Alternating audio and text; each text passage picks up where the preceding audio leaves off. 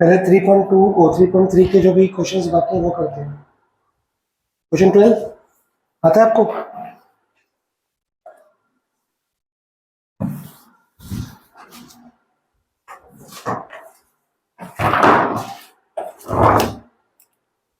If बस 12 ही बचा पक्का? और होमवर्क के कोई डाउट्स? नहीं, इसमें, इस एक्सरसाइज में। ठीक है, ए दिया हुआ है, ए प्लस ए ट्रांसपोज आई दिया हुआ है, गिवन है। ए प्लस ए ट्रांसपोज अगर आई है तो आपको अल्फा की वैल्यू निकालनी है। शुरू करें, सीधा हम करेंगे। गिवन क्या है? A plus A transpose is equal to I. A कितना दिया हुआ है? कॉस अल्फा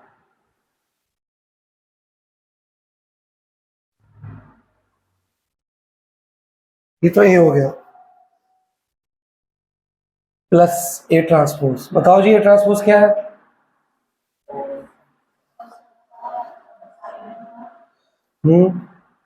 यहाँ पे क्या लो, साइन अल्फा। अरे ये इधर लिखूंगा ना, माइनस साइन अल्फा और साइन अल्फा और, ठीक है जी। ये कितना दिया हुआ? इक्वल टू आई, मतलब क्या?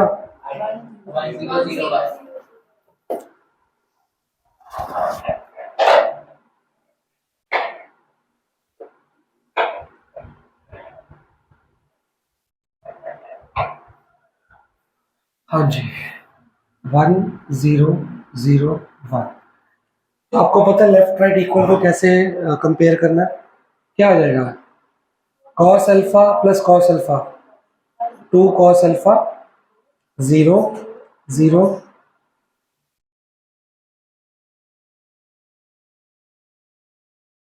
इससे क्या पता लग रहा है? ये समझ आया क्यों हुआ? इससे क्या पता लग रहा है?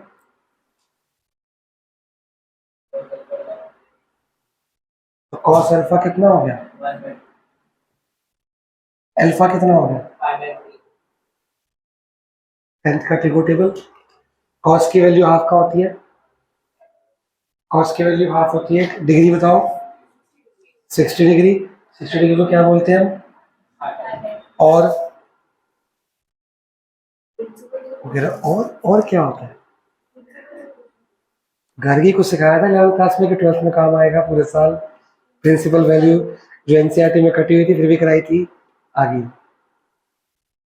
आपको बता रहा हूँ आज के बाद, साइन कॉस टैन जितने भी छेव के छेव रेशियो है, हर चाहे नेगेटिव होगा चाहे पॉजिटिव होगा, सबकी दो वैल्यू होती है। वैसे तो इनफाइनाइट होती है, पर इनफाइनाइट को बोलता है जनरल सोल्यूशन। वो आपका सिलेबस 12th में यूज नहीं होगा, पर प्रिंसिपल यूज होगा। प्रिंसिपल में आता है कि कम से कम दो वैल्यू बताओ। आपका ट्रिगो का टेबल 0 से स्टार्ट होता है, 0 π/2 पाई 2π/3 फिर वापस 2 पाई, एक बार घूमना है। तो आप बताओ, ये वो चीज है जो मैंने कहा था 11th में, 11th की आपको आनी चाहिए। जिनको नहीं आती आपको एक्स्ट्रा क्लास दी जाएगी, किसी भी संडे वनडे को रैंडमली दे देंगे हम, ठीक है? ये प्रिंसिपल ब्रांच है, या जब ट्रिगो पढ़ाऊंगा तब बताऊंगा, देखते हैं।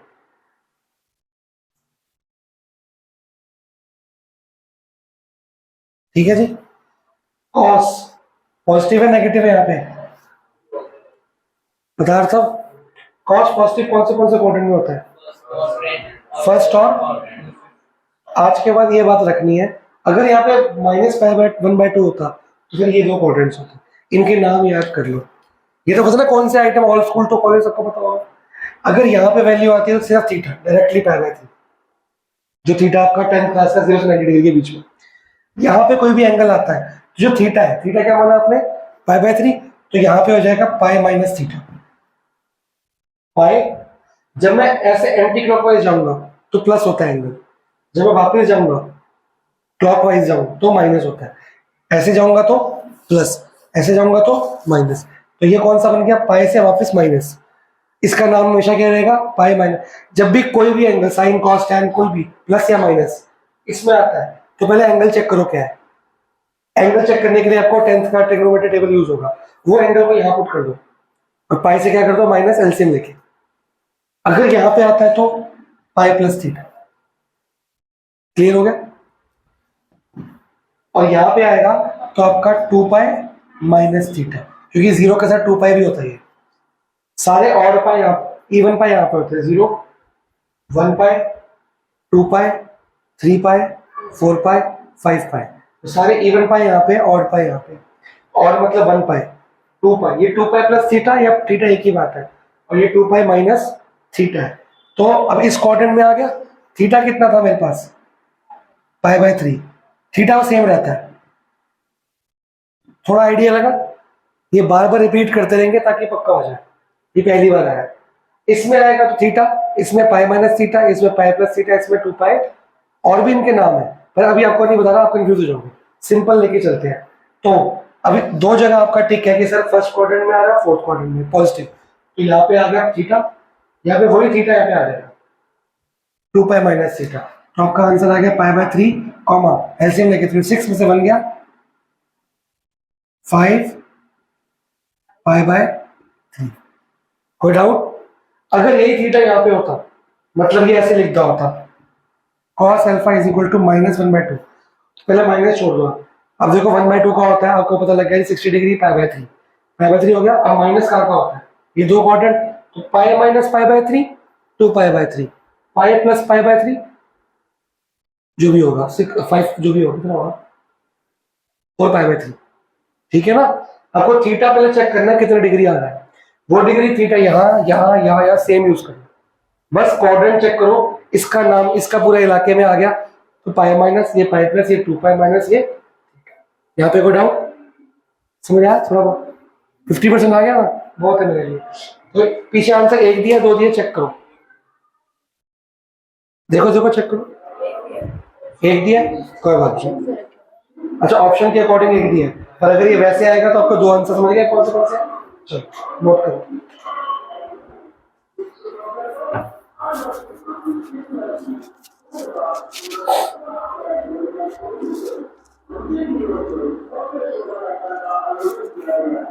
फिर मिसलेनियस स्टार्ट करते हैं।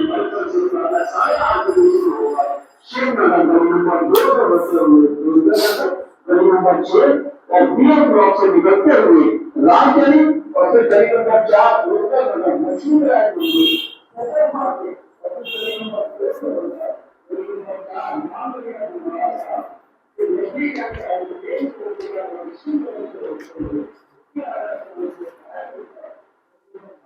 नई बुक तेरे पास है? किसके पास है नई बुक? 3.4 चेक करनी है। इसमें सिर्फ आपको एक ही क्वेश्चन दिया ना, छोड़ो उसको बाद में कराना। अब मिसलेनियस पे आते हो, पहले एग्जांपल्स पे आ जाओ।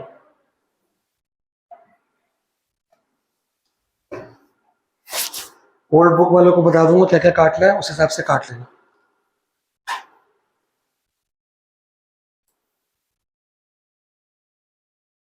जिनकी ओल्ड बुक है एग्जाम्पल 26 होगा। न्यू बुक में कौन सा है एग्जाम्पल? हाँ यही नंबर क्या है 23। रुक जाओ, ओल्ड बुक में 26 को काट दो। एग्जाम्पल बोल क्या है?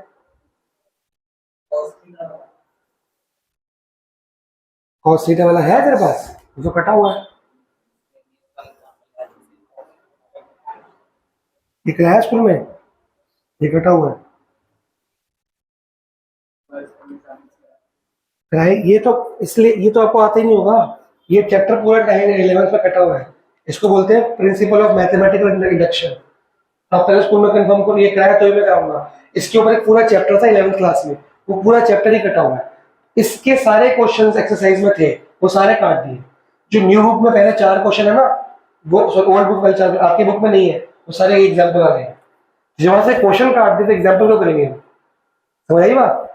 ओल्ड बुक के 4 क्वेश्चन पहले सेम ही इंडक्शन के ऊपर ही है, तो ये आपको नहीं करना, काट दो। किसी के स्कूल में मैम कराएगी तो मैं करा दूंगा अलग से इसको। हाँ तो नहीं कराया होगा, है ही नहीं, सिलेबस ही नहीं है, किसी को भी नहीं आता। और आगे भी एक जगह 2 जगह यूज होना इंडक्शन, सब जगह कटा हुआ, तो कोई घबराने वाली बात नहीं। अब आता है example 27 as per old book. ठीक है, हाँ हाँ ए एंड बी है सिमेट्रिक। ठीक है, और एज पर न्यू बुक वो कौन सा है 24।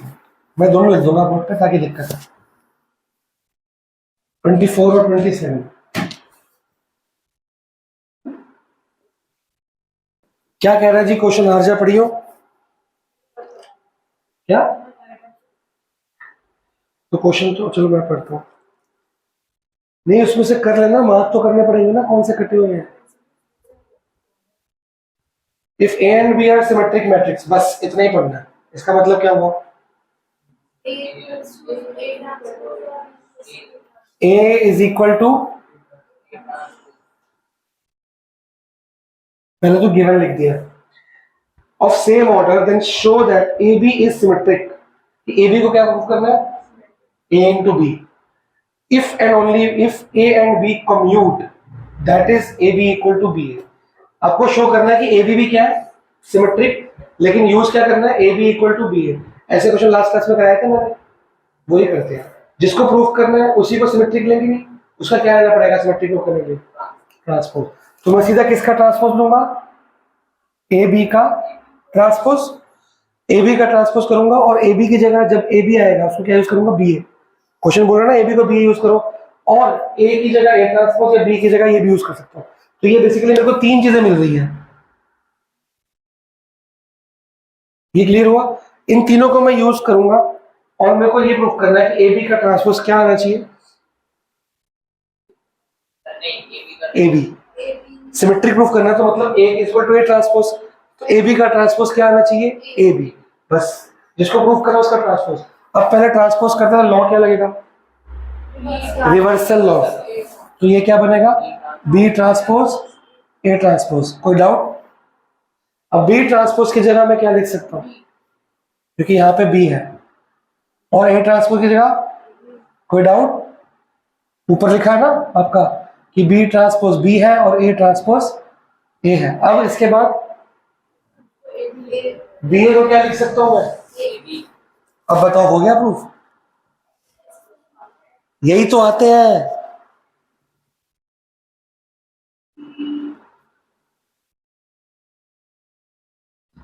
समझ आया, यही आता है एग्जाम में, प्रॉपर्टियां यही आती हैं।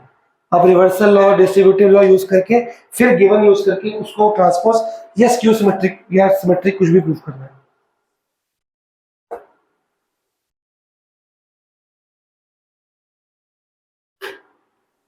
अगला एग्जांपल क्या है जी,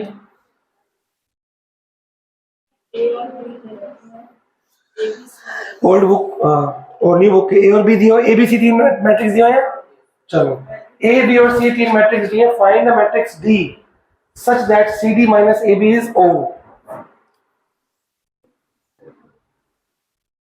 ओ आपको ये गिवन है, तो जब आपको डी मैट्रिक्स है ना उसको कुछ लेट करना पड़ेगा। तो आप किस ऑर्डर का डी मैट्रिक्स लेट करोगे, क्वेश्चन देख के बताओ। 2 by 2, क्योंकि ये 2 by 2 ये 2 by 2 ये 2 by 2 एक साथ हो ही नहीं पाएंगे जब तक 2 by 2 का ना हो। तो लेट करना पड़ेगा, let D is equal to, अब लेट करने के लिए we need 4 alphabets, x y z p q कर लो, ए बी सी डी कर लो, बुक में ए बी सी डी है, आप अपनी मर्जी से कुछ भी कर सकते हो, ये नहीं कि बुक वाला ही करना है, पी क्यू आर एस भी कर सकते हो, यू वी एक्स वाई कुछ भी कर सकते हो, ठीक है। अब ये डी हो गया, अब सिंपल एक सी डी निकालो मल्टीप्लाई करके, फिर सिंपल क्या निकालोगे, एक ए बी निकालोगे और क्या करेंगे उनको, सब्ट्रैक्ट। सब्ट्रैक्ट एलिमिनेट करने के लिए वो देखा जाएगा बाद में, पहले मल्टीप्लाई को करें। सी को डी से मल्टीप्लाइजेशन तेरे को आता है करना, सी को डी से मल्टीप्लाई करके बताओ क्या आ रहा है, और ए को बी से मल्टीप्लाई करके बताओ क्या आ रहा है।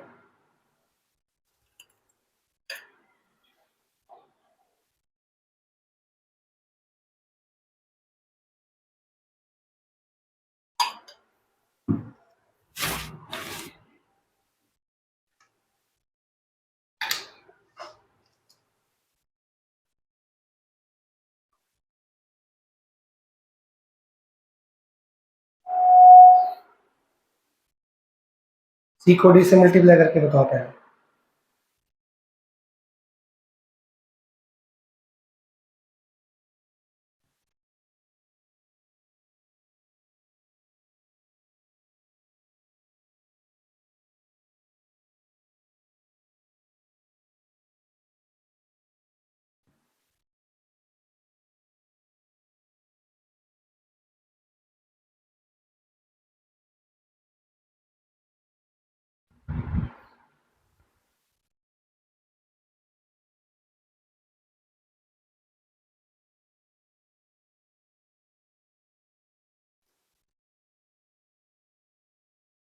चेक करो, जो गलत है वो ठीक करो, वरना मेरे को बुलाओ, मैं ठीक कराता हूँ।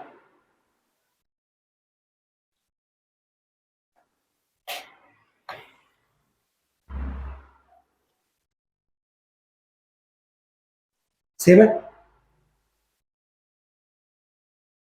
चलो जी। फिर इसके बाद क्या करना है, सी डी को ए बी से माइनस और इक्वल टू क्या रखना है, ओ।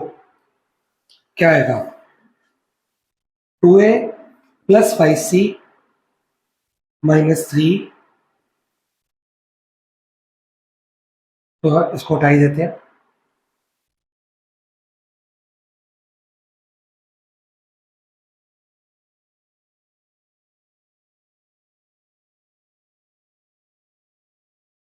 ये आपका आ चुका है C D minus A B equal to क्या है ये, ओ। ओ माने जीरो मैट्रिक्स। अब आपके मन में क्या चल रहा है, क्या करना चाहिए, इक्वल रख के क्या करोगे, एलिमिनेट करने के लिए वी नीड टू इक्वेशंस। तो आपको एक तो ये इक्वल टू ये रखोगे और ये इक्वल टू ये रखोगे। जब एलिमिनेट करोगे तो क्या आ जाएगा, ए और सी। फिर ये दोनों को इक्वल रखोगे, ये 22 हो जाएगा, क्या हो जाएगा प्लस 22, इसे 43 बन जाएगा उधर। तो एलिमेंट आता है तेरे को, जो नहीं आता 10 दी मैंने मुझसे खा। बस ये इक्वल टू ये रख के 3 उधर ले जाइयो, ये इधर 43 उधर ले जाइयो। एलिमिनेट करो, ए सी निकालो, एलिमिनेट करो, बी डी निकालो। समझ गए। जब भी ऐसा क्वेश्चन आएगा एक्स वाई जेड यू कुछ भी ले सके, बाद में एलिमिनेट करना ही पड़ता। करो करो अपने आप करो, नहीं आता मेरे को बताओ, मैं सिखाता हूँ।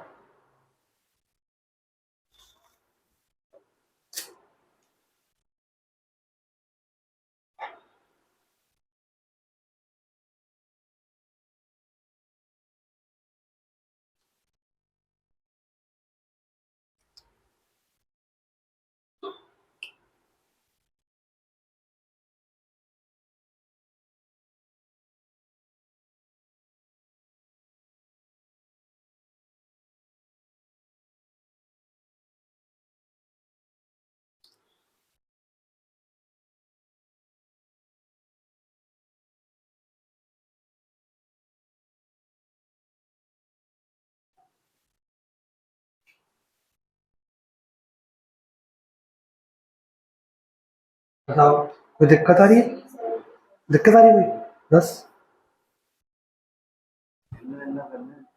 दो सबको, ये इसके इक्वल, ये इसके इक्वल, ये इसके इक्वल, इक्वल करके एलिमिनेट करना है। जब इक्वल रखेगा तो यह बन जाएगा 2a प्लस 5c, और ये माइनस सी इक्वल टू 0, तो उधर के प्लस 3 हो जाएगा।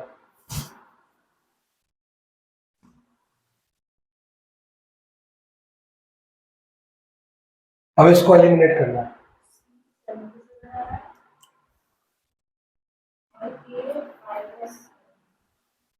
6a 5 3 15 c 3 3 9 6a 8 2 16 c equal to 43 to 86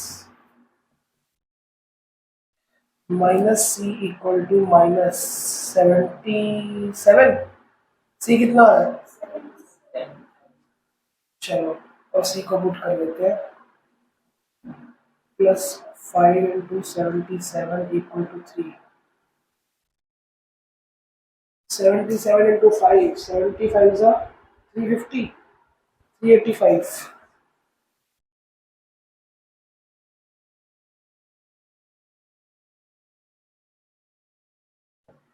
गलत है मेरा, सही है मेरा, ओए आगे मैथ्स में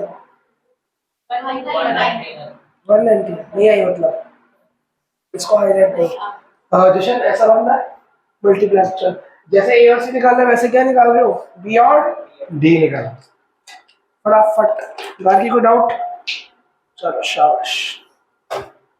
ऐसे बच्चे नहीं हैं, बढ़िया बढ़िया सारे, आधा काम कराओ आधा खुद कर ले। लास्ट ईयर का बैच में बहुत बढ़िया था, सारा काम मैं ही करता था उसमें, सारे क्वेश्चन मैं करता था।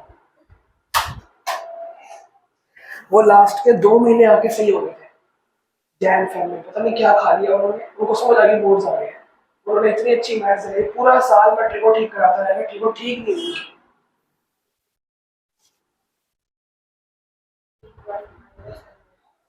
तभी तो मैंने 9th 11th में कहा था कि ट्रिपा पहले ठीक करना, 12th में टाइम नहीं। इसके बाद एग्जाम्पल्स तो खत्म हो गए आई थिंक। अब क्वेश्चंस करते हैं लाइन वाइज। जो एक जैसे होंगे वो घर पे दे दी जाएंगे, जो अलग होंगे वो बोल्ड बुक वाले पहले 4 क्वेश्चन तो काट ही दो, नहीं पहले 3 क्वेश्चन कराई दिया मैंने।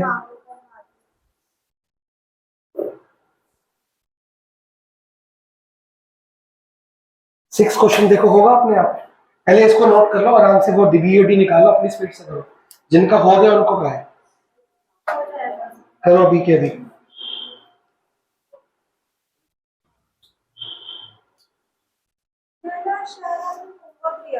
अगर अगर हो गया तो गुड है। 6 होमवर्क में था, हाँ as per old book. New book का 3rd होगा। न्यू तब कौन सी बुक है? 3rd क्वेश्चन होमवर्क था, एक्स वाई जेड निकालने वाला हो गया, चलो डन। फिर मेरे को लाइन वाइज देखो कि क्या लाइन वाइज क्या कौन सा क्वेश्चन करना है, सीधा उस पे आते हैं। 1 और 2 तो क्लास में कराया था लास्ट में, क्लास में 7 करना है।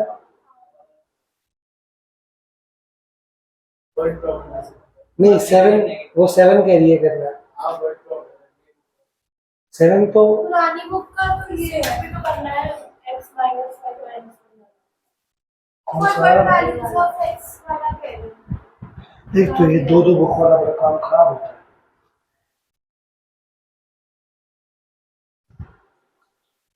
ये तो क्वेश्चन, ये तो इसके बीच में क्वेश्चन है ना अभी, ओल्ड बुक में है ना। ओल्ड बुक में ये जो 3rd क्वेश्चन की 4th क्वेश्चन क्या है? करना है 1 to 1 वाला, जो 3 मल्टीप्लिकेशन तो वही तो कहना, वो है ना, वो होमवर्क था। चलो एक बार सुनो, हो जाएगा पहले बताओ, देखो आराम से देखो 4th क्वेश्चन। पहले आप फर्स्ट और सेकंड मैट्रिक्स को मल्टीप्लाई कर दो। आपका जो मैट्रिक्स बनेगा वो कौन से ऑर्डर का बनेगा? पहले 3 नहीं 1 रो 3 कॉलम, तो 1/3 एक है और 3/3 एक है, 1/3 का बनेगा। तो 1/3 और बाद में लास्ट वाला 3/1, तो आपका क्या बनेगा 1/1। तो 1/1 एक आंसर आएगा, वो कुछ प्लस प्लस करके आएगा, उसमें एक्स भी होगा, उसको इक्वल टू क्या रखोगे? 0, ऊपर ओ मैट्रिक्स है 1 ऑर्डर का है, तो उसको इक्वल टू 0 रखोगे, एक्स की वैल्यू आ जाएगी, सब कुछ उधर ले आना। हो गया, एक इक्वेशन बनेगी 4x + 3y, y तो है नहीं, 4x + 34 प्लस कुछ एक्सेट्रा एक्सेट्रा, इक्वल टू क्या रखोगे 0, सब उधर लेके जाना, x निकालना है जैसे बचपन में निकाला। इसको नहीं होगा तो डिस्कस कराऊंगा। जिन्होंने कर लिया गुड। क्वेश्चन 7 ओल्ड बुक में, क्वेश्चन 8 ओल्ड बुक का 8 नहीं, वो उसके बीच में क्वेश्चन है, a² - 5a + 7i। ये होमवर्क में था, ये कर लिया, चलो शाबाश, हो गया ये भी, अश्नुर हो गया। चलो उसके बाद वाला नहीं हुआ, ये करते हैं क्वेश्चन 9 करते हैं। 9 और न्यू बुक का कौन सा? 6, 9 और 6 ये करते हैं। हाँ फाइंड एक्स वाला।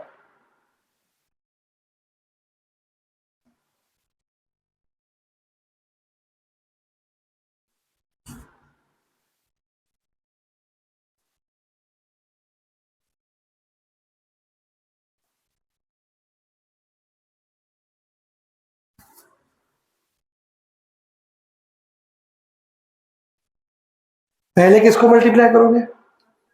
तो फिर से आपका 1/3 का बन जाएगा ना, एक 1/3 है और 3/3 है, तो 1/3 बन जाएगा। आप करो मल्टीप्लाई, मैं भी कर रहा हूँ साथ साथ। First row first column, x + 0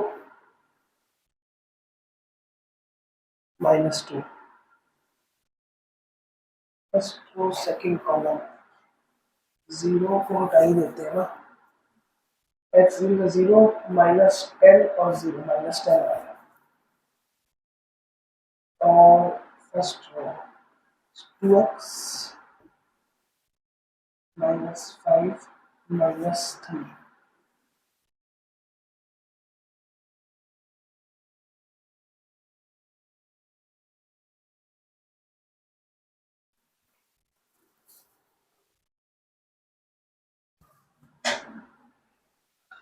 ये 2x minus 5 minus 3 minus 8।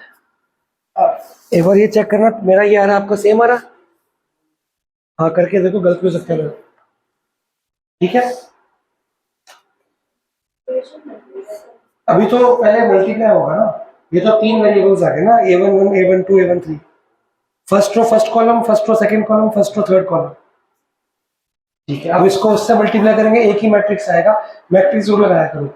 x minus 2 को x से x square minus 2x 4 minus 10 minus 40 और 1 होएगा इससे प्लस 2x। ये पूरा एक ही है। हाँ क्योंकि देखना ये 1/3 का है और ये 3/1 का है तो 1/1 का बनेगा ना। ये एक ही मैट्रिक्स है और यहाँ पे आ गया 0 और मैट्रिक्स जरूर लगाना है।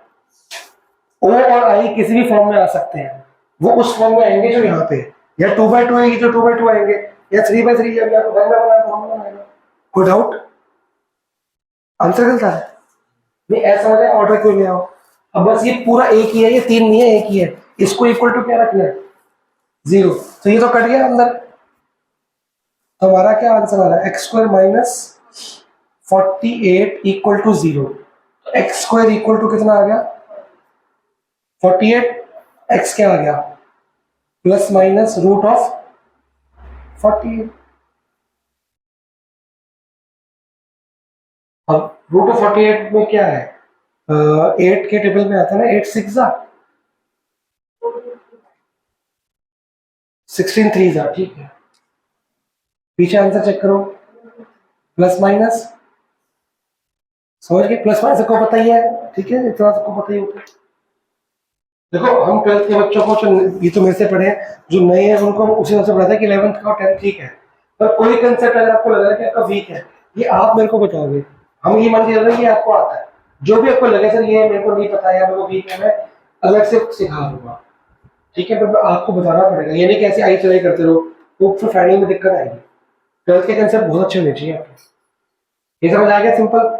चलो क्या दिक्कत आ रही है कुछ है तेरी आंखों में दिक्कत क्या दिक्कत है वो कोई बात नहीं मल्टीप्लाई करना तो आता है बस दोबारा कर देख क्यों गलत आ रहा है आराम से कर क्यों टाइम। कुछ सीखना है तो बता दे गलती तो मैं निकाल दूंगा तो एक बार दोबारा कर ले मैं गलती निकाल दूंगा। जिनका अच्छा ऐसा जो होमवर्क दिया था लास्ट क्लास में भी ऐसे हो जाएगा। जो आज का होमवर्क दिया है उसमें से ऐसा वो वाला क्वेश्चन सेम ऐसे ही है। अब वर्ड प्रॉब्लम है ठीक है आप लोग पढ़ो जिशन जब तक करना है क्वेश्चन फिर इकट्ठे करेंगे।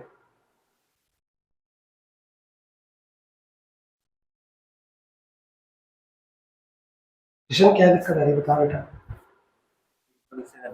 हाँ तो पहले फर्स्ट रो इससे होगी फिर फर्स्ट रो इससे होगी फिर फर्स्ट रो इससे है ना।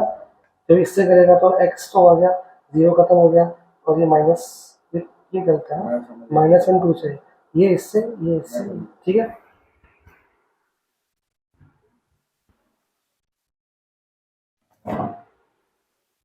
एक बार ना 3.3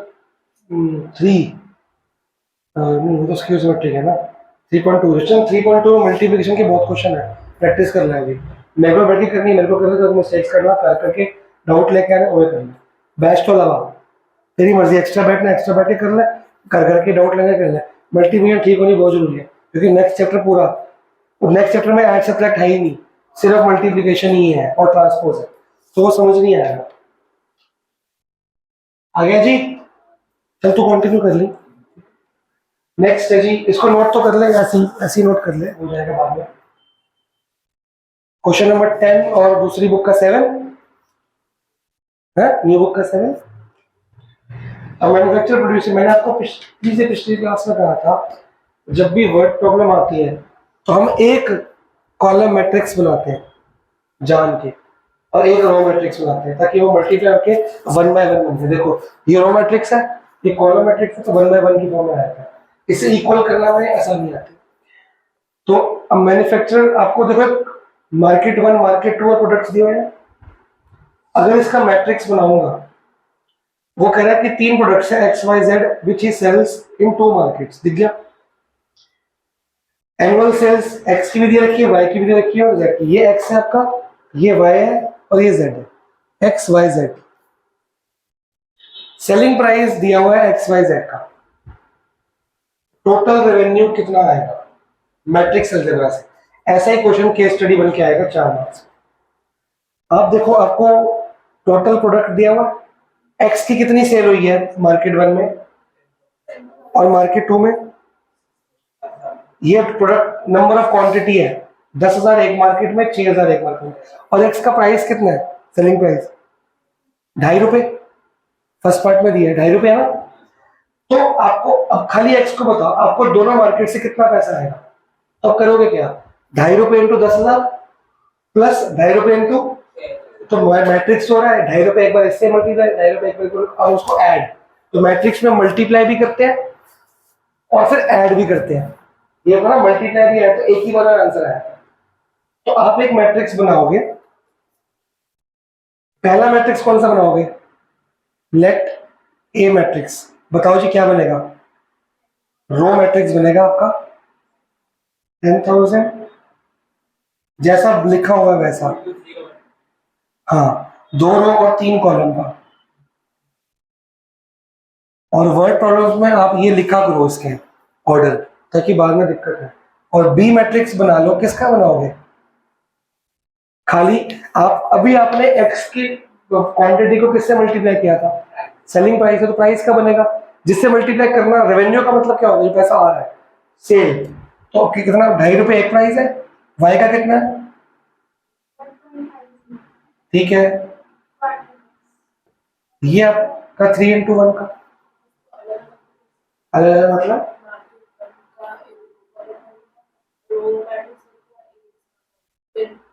फिर 2 बार मल्टीप्लाई करना पड़ेगा ना, फिर वो इक्वल टू में दिक्कत आएगी फिर।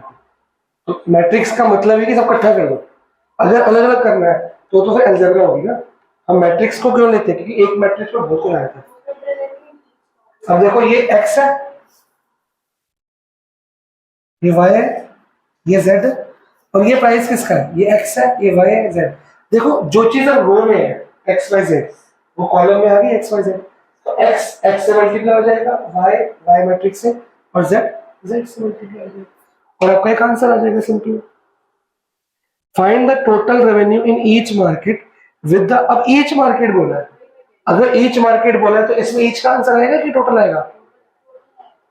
तो फिर आपको एक काम करना पड़ेगा, ये मैट्रिक्स अलग कर दो। अगर आपको टोटल बोलता, ईच मार्केट ना बोलता, तो आपका ये सही था। स्कूल में वैसा भी आ जाता है क्वेश्चन, इसी को चेंज कर देते हैं स्कूल में, तभी मैंने वो बनाया था। लेकिन स्कूल में एनसीईआरटी बेस कुछ नहीं पढ़ाएगा, तो कुछ चेंजेस तो करेंगे। वो टोटल ईच मार्केट बोलेंगे नहीं, बच्चे रट्टा मार के जाते हैं एनसीईआरटी को बहुत सारे, वो उनका गड़बड़ हो जाएगा। मैंने कि मैंने तो ट्विस्ट कर दिया, मैंने तो ईच वर्ड हटा ही दिया था, आपका आंसर गलत होगा। अगर ईच आएगा तो आप यहाँ पे एक सी मैट्रिक्स बना लो, ये आपका हो गया। समझ गए, अगर ईच नहीं आता, टोटल रेवेन्यू ही पूछ रहा है, total sale, total selling price, total revenue, तो आप डायरेक्टली ए सी इकट्ठा कर सकते हैं। अब आपको एक तो ए बी करना है, वो आपका रेवेन्यू निकलेगा किसका, टोटल रेवेन्यू फॉर मार्केट 1। उसके लिए क्या करना पड़ेगा, ए इंटू बी, वो आप कर लो। फिर टोटल रेवेन्यू फॉर मार्केट 2, वो क्या करना पड़ेगा, सी इंटू बी, वही आपका आंसर है। ये 2/3 का है तो 3/1 का, 3 कट जाएगा, 2/1 का मैट्रिक्स आएगा। नहीं, 2/3 क्यों हो गया, अब तो 1/3 हो गया ना, तो आपका 3 कट जाएगा, 1/1 का आंसर, वो आंसर होगा आपका। एक कर रहे हो, घर पे कर लेना, लिख सारा लो, ऊपर का भी लिख लो, बताने का जिसका रह गया था। और एक कर लो, एक घर पे कर, एक जैसे तो कर लो फटाफट, फिर सेकंड पार्ट करते हैं। और देखो, 1 मार्क्स इसका, 1 मार्क्स 2 मार्क्स ही हो गए, 2 मार्क्स सेकंड पार्ट के होंगे, 4 मार्क्स का आपका आंसर आता है केस स्टडी। ऐसे ही केस स्टडी इस साल भी है, डिट्टो से।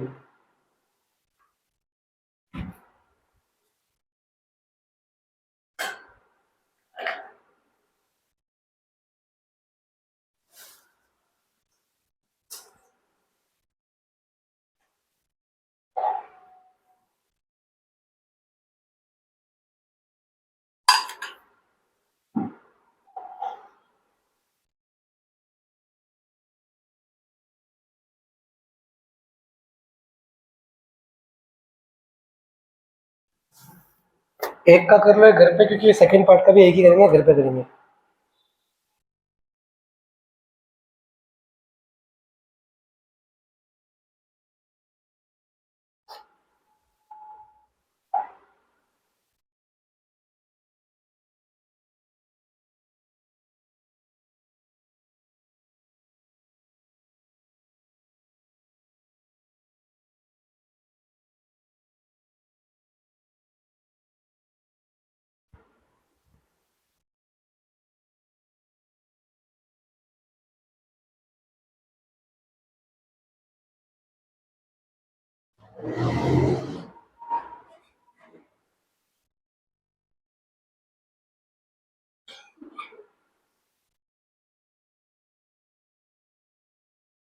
जो आएगा मेरे को बताओ क्या हाल है।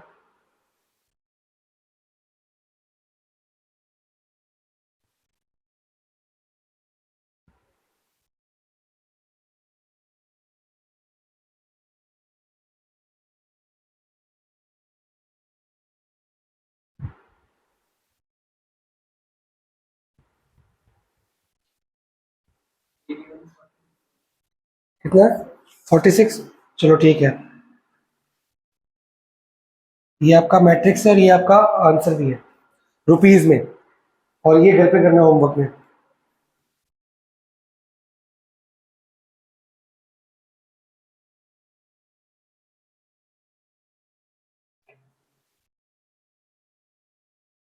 अभी बी पार्ट भी करना है, पहले इतना कर लो।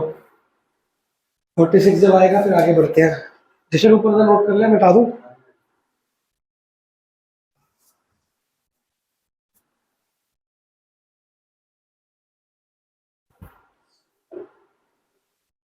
फोर्टी सिक्स आ गया, ठीक है। निकाल निकाल, वेट कर रहा हूँ, निकाल आराम से। आ गया, अगला नहीं। अब बी पार्ट में क्या कह रहा है, सब लोग सुनो। बी पार्ट में एक और चीज दे रखी, क्या दे रखी है? Unit cost of 3 commodities. ये आपका क्या था? Quantity sold. ये आपका क्या था? Selling price.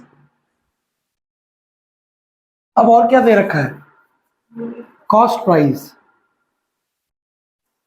कॉस्ट, कॉस्ट मतलब क्या होता है? खर्चा, जितने का बना। तो वो कितना दिखा? 2 रुपए, 1 रुपए और 50 पैसे। 2 रुपए, 1 रुपए और 50 पैसे, ठीक है। कॉस्ट प्राइस कितने का बना और कितने का बिका। भाई ये 2 रुपए का बना, 2.5 का बिका, 1 रुपए का बना। अब आपको निकालना क्या है? कॉस्ट निकालना है कि प्रॉफिट निकालना है क्वेश्चन में? ग्रॉस प्रॉफिट का फॉर्मूला क्या है? Sales minus cost of goods sold accounts का 11th क्लास का है। तो sales minus cost of goods sold. तो आपके पास दो तरीके हैं, आपको निकालना है gross profit. Sales minus cost of goods sold. तो या तो आप सेल्स आपकी आ चुकी है, तो आप इसी को, ए को, इसको डी ले लेते हैं। ए को डी से मल्टीप्लाई कर दो, आपका क्या निकल आएगा? Total cost. और दोनों को क्या कर दो आपस में? माइनस। या आप पहले बी और डी को माइनस कर दो, एक मैट्रिक्स बन जाएगा आपका, वो प्रॉफिट मैट्रिक्स है। ये सेल मैट्रिक्स है, सेलिंग प्राइस, वो कॉस्ट प्राइस, और बी और डी को क्या कर दो? माइनस, एक प्रॉफिट मैट्रिक्स है। वो प्रॉफिट मैट्रिक्स को इससे मल्टीप्लाई कर दो, तब भी बात है। कॉस्ट से मल्टीप्लाई करके इसको माइनस करना, या पहले माइनस करके मल्टीप्लाई करना, आंसर एक ही है। आपकी मर्जी, क्या कर सकते हो, जो मर्जी कर सकते हो। आपको जो स्कूल में से क्या है वो करना है, जो अपने मतलब बात घूम फिर के एक ही बात है। तो आप पहले बी माइनस, पहले प्रॉफिट मैट्रिक्स चाहते हो तो पहले प्रॉफिट निकाल लेते हैं। वो आएगा बी माइनस डी, 2.5 माइनस 2, कितने का प्रॉफिट है? माइनस कर रहे हैं तो प्रॉफिट निकालने के क्वांटिटी से मल्टीप्लाई तो करो, कितना कमाया। अगर तो पहले मल्टीप्लाई करती कॉस्ट से, तो कॉस्ट एक नंबर निकलता है ऐसा, तो सेल में से कॉस्ट में प्रॉफिट आएगा। तो पहले माइनस करके मल्टीप्लाई कर, सिंपल बिजनेस करेगी ना आगे जाके, ऐसे करेगी, ठीक है। प्रॉफिट तो निकालना पड़ेगा ना। 1.5 में से 1 गया तो कितना आ गया? 0.5, और 1 में से 0.5 गया तो कितना आ गया? तो तीनों का प्रॉफिट सेम आ रहा है। ये आपका प्रॉफिट मैट्रिक्स है, इसको पी मैट्रिक्स मान ले, इसको लेट कर लो पी मैट्रिक्स, इसको लेट कर लो डी मैट्रिक्स। आपको क्या निकालना है, किसको किससे मल्टीप्लाई करना है, ए को किससे करना है, ग्रॉस प्रॉफिट निकालना है फॉर मार्केट 1, ए किससे मल्टीप्लाई होगा, पी से, और ग्रॉस प्रॉफिट फॉर मार्केट 2 ए सी किससे मल्टीप्लाई होगा, पी से। आपका आंसर आएगा, एक निकाल लो खाली, एक घर पे कर लेना, ठीक है ना, डायरेक्टली आ जाएगा।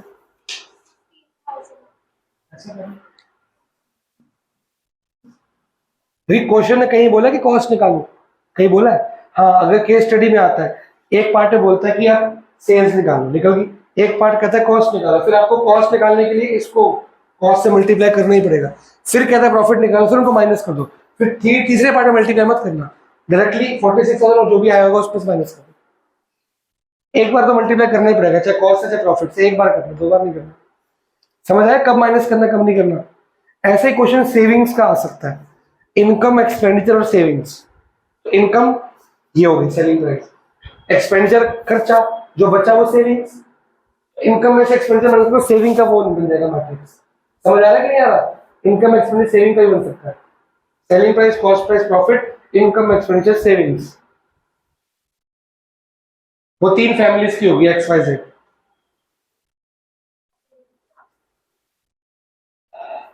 अच्छा, कल तू मेरे को वापस करने आई थी, हमने छाता लिया, तू कहीं छोड़ जाती है, उसको दे ही देता। उसके बाद बारिश ही नहीं आई। अच्छा, ले रही है, बारिश नहीं आई, उसके बाद छाता लिया, बारिश बंद हो गई। बहुत तेज आई थी, फिर बंद हो गई। बंद ही हो।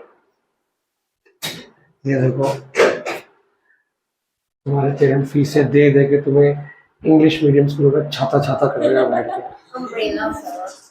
और ऊपर से बोलो बच्चे, बोलो। ये अप्लाई क्यों कर रहा है? बेटा ये तो आपका प्रॉफिट आ गया, ये प्रॉफिट पर यूनिट है ना, तो पर यूनिट प्रॉफिट आंसर निकालना है। क्वांटिटी तो हर जगह ही आएगी ना, या तो कॉस्ट को क्वांटिटी से मल्टीप्लाई करो तो आपका आंसर 46,000 के जैसे एक आ जाएगा, फिर वो आंसर में से ये आंसर माइनस कर देंगे तो आपका डायरेक्टली नंबर 15,000 ही आ जाता। इन्होंने बताया, किसने बताया? बोला ये मल्टीप्लाई किया ना ए से, इसको इससे 10,000 इंटू 0.5 तो ये आ गया, 2,000 इंटू आधा 1,000 ये आ गया, और 18 9,000, 9 1 10 5 15, ठीक तो आ गया, ठीक है ना आंसर? मेथड चाहे वो उठाने वो, अगर तो कॉस्ट को निकालने को बोलते हैं तो एक को किससे मल्टीप्लाई करेगी फिर? टोटल कॉस्ट एक मार्केट की, कॉस्ट प्राइस। ठीक है ना, इसको इससे कर देती, वो एक कॉस्ट आ गई पूरे मार्केट की, फर्स्ट मार्केट की revenue first market cost minus करेगी तो यही आता। अब कोई बच्चा ओरली बताएगा, अगर फर्स्ट मार्केट की कॉस्ट निकालनी होती तो आंसर क्या आएगा, बिना कैलकुलेट करे?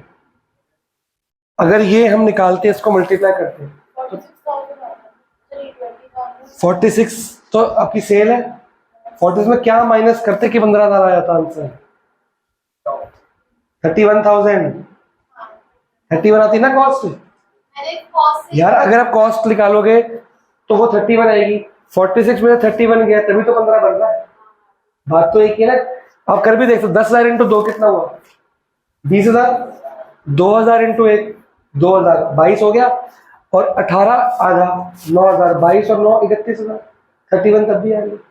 अगर ये क्वेश्चन और ट्विस्ट कर देते हैं, ये जो आप सिंगल मार्केट के निकाल रहे हो, सब कुछ आपको डबल मार्केट का ही निकालना है, तो आप ये मैट्रिक्स क्या कर दोगे, एक ही मैट्रिक्स बना दोगे, वो सब सेम रहेगा, ये एक मैट्रिक्स 2/3 का बन जाएगा, तब भी आपकी कॉस्ट ऐसे आएगी। कोई डाउट है? क्योंकि वर्ड आता है, मैट्रिक्स का आता है, और केस स्टडी में आता है और टफ आता है, तो आपको एक वर्ड यहाँ दिख रही है, उसके अंदर 3-4 ट्विस्ट करके क्या क्या आ सकता है सोचो, कि अब बुक के अंदर से, बुक के बाहर सोचो, आउट ऑफ द बुक लेके जाओ दिमाग को, ठीक है? बाकी आपको मैंने शिवदास खरीदने को बोली है, वो आपकी बहुत हेल्प करेगी। लेटेस्ट लेनी है, लेटेस्ट मतलब लास्ट ईयर की 2024 वाली, जितनी जल्दी हो सके ले आओ, क्योंकि खत्म होनी शुरू हो गई है। आज मेरे 10th के बच्चे गए थे, उनको बड़ी मुश्किल मिली है बुक, ले आओ, क्योंकि फिर उसके बगैर आपकी गति नहीं है। 4-5 किताबें पढ़नी है तो एक तो लेके आओ कम से कम पहले, समझ गए? अभी आपकी यूटी शूटी शुरू हो जाएंगे ना स्कूल में, मेरे टेस्ट शुरू हो जाएंगे, उससे है। हाँ, तो फिर यूटी लेके आओ फटाफट, बिना मैट्रिक्स की खाली एनसीईआरटी से कुछ नहीं होगा आपकी तैयारी, खाली शिवदास से हो जाएगी तैयारी। खाली शिवदास कर लो प्लस मिसलेनियस कर लो, मैट्रिक्स तैयार है। उसमें इतने मस्त मस्त क्वेश्चन है ना, अब केस स्टडीज भी है, कॉम्पिटेंसी बेस्ड भी है, हायर लेवल क्वेश्चन भी, हॉट्स, सब मिला जुला के अच्छी बुक बनेगा। लेकिन अभी लेटेस्ट है ना 2024 एग्जाम वाली, अब जो एग्जाम जा चुका है 2023 लिखा होगा तो मत लेना। और उस पर क्या लिखाना चाहिए, चैप्टर वाइज क्वेश्चन में, चैप्टर वाइज 10 ईयर मत लेके आना, चैप्टर वाइज चाहिए। और इंडेक्स खोल के देखना, सारे चैप्टर्स के नाम होने चाहिए, 13 के 13 चैप्टर इकट्ठे होने चाहिए। ठीक है, जितनी जल्दी हो सके आज कल में ले आओ, कल वेडनेसडे, कल भी मार्केट खुली होगी, ये ठीक चल रहा है। इसका सेकंड पार्ट, वो जो इसका जो ये सेकंड मार्केट कर लोगे घर पे, जगह छोड़ दी, चलो बढ़िया है। इसका अगला क्वेश्चन होमवर्क में था कि करा दिया कि करना है, नहीं, एक्स वाला फाइंड द मैट्रिक्स एक्स। अब बताओ एक्स को क्या लेट करोगे, आप लेट करोगे, अच्छा एक्स को क्या लेट करोगे, एबीसीडी नहीं, सोचना पड़ेगा। Find the matrix so that ये इनटू ये, आप ये सोच सकते हो कि जो एक्स मैट्रिक्स है वो कौन से ऑर्डर का होगा, 3/3 क्यों होगा। सर क्योंकि हमें इक्वल टू एक क्वेश्चन नंबर कौन सा है ये 11। अब देखो एक मैट्रिक्स एक्स है, वो किससे मल्टीप्लाई हो रहा है, उसका ऑर्डर क्या है, 2/3 का ये मैट्रिक्स है। और आंसर भी कौन सा मैट्रिक्स है, आंसर भी 2/3 है भाई। आपको 3/3 क्यों दिख रहा है, समझ रहे हो, एक एक्स मैट्रिक्स है, उसका ऑर्डर मेरे को नहीं पता, लेकिन वो 2/3 से मल्टीप्लाई हो रहा है। जल्दी बैठ जल्दी, वो किससे मल्टीप्लाई हो रहा है और आंसर भी क्या आ रहा है, तो एक्स मैट्रिक्स कौन सा हो सकता है, ऐसे नहीं होता आजा। सर वहाँ पे ना उसका अगर ऐसे थोड़ी होता है, अगर मैं इसको 2/3 लूंगा, 3 और 2 तो से मल्टीप्लाई का रूल क्या है कि ये वाला मैट्रिक्स और ये वाला मैट्रिक्स का ऑर्डर क्या होना चाहिए, सेम, सेम तो है ही नहीं है ना। सोच के बताओ यहाँ पे क्या ऑर्डर लिखूं मैं कि ये 2/3 आ जाए, 2/2। अब ये सेम आ गया, कट जाएगा, और ये आपका ये सेम आ रहा है, तो मतलब x जो मैट्रिक्स है वो किसका लेट करना है, 2/2 मैट्रिक्स का। क्या लेट करोगे x को, लेट क्या करोगे, जो भी होम एग्जाम्पल नहीं किया आपने, किया है ना एग्जाम्पल। अब ये ABCD को किससे मल्टीप्लाई करोगे, इससे, फिर आपकी A और B की या इक्वेशन, A और B की इक्वेशन यहाँ पे, B और C कैसे कुछ जो बेस्ट बना था एग्जाम्पल, सेम इक्वेशन क्या आ जाएगी, इक्वेशन आ जाएगी B और C में और A और D में। वो इक्वेशन को क्या करोगे, इसके क्या रखोगे, इक्वल नंबरों से, उससे आपके क्या होगा, एलिमिनेट, समझ आ रहा है, उससे क्या होगा, 2 बार एलिमिनेट या 1 बार, 2 बार होगा एलिमिनेट, एक AC के लिए BD के लिए एलिमिनेट होगा, A भी आ जाएगा, C भी आएगा, B भी आएगा, D भी, जैसा एग्जाम्पल की डिट्टो सेम वैसे कुछ।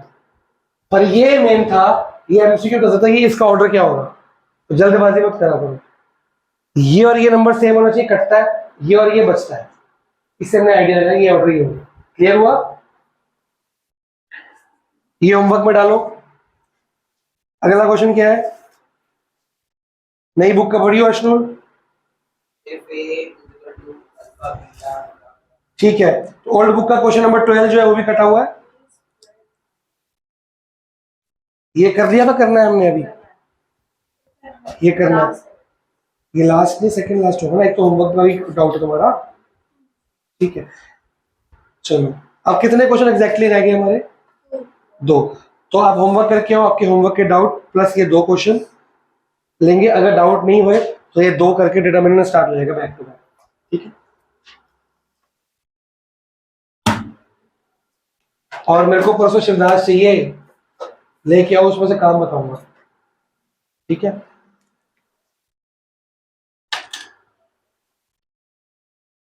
मैथ्स के 2 रजिस्टर बनेंगे, समझ लो, एक पार्ट 1 और एक पार्ट 2।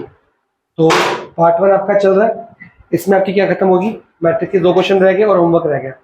डिटर्मिनेंट्स आप इसमें स्टार्ट नहीं करोगे, आप अलग रजिस्टर में स्टार्ट करोगे, क्यों, क्योंकि मिक्स हो जाएगा, क्योंकि अभी आप शिवदास की प्रैक्टिस करोगे, वो इसी में करोगे कंटिन्यू, ताकि डाउट मैट्रिक्स एक जगह रहेगा।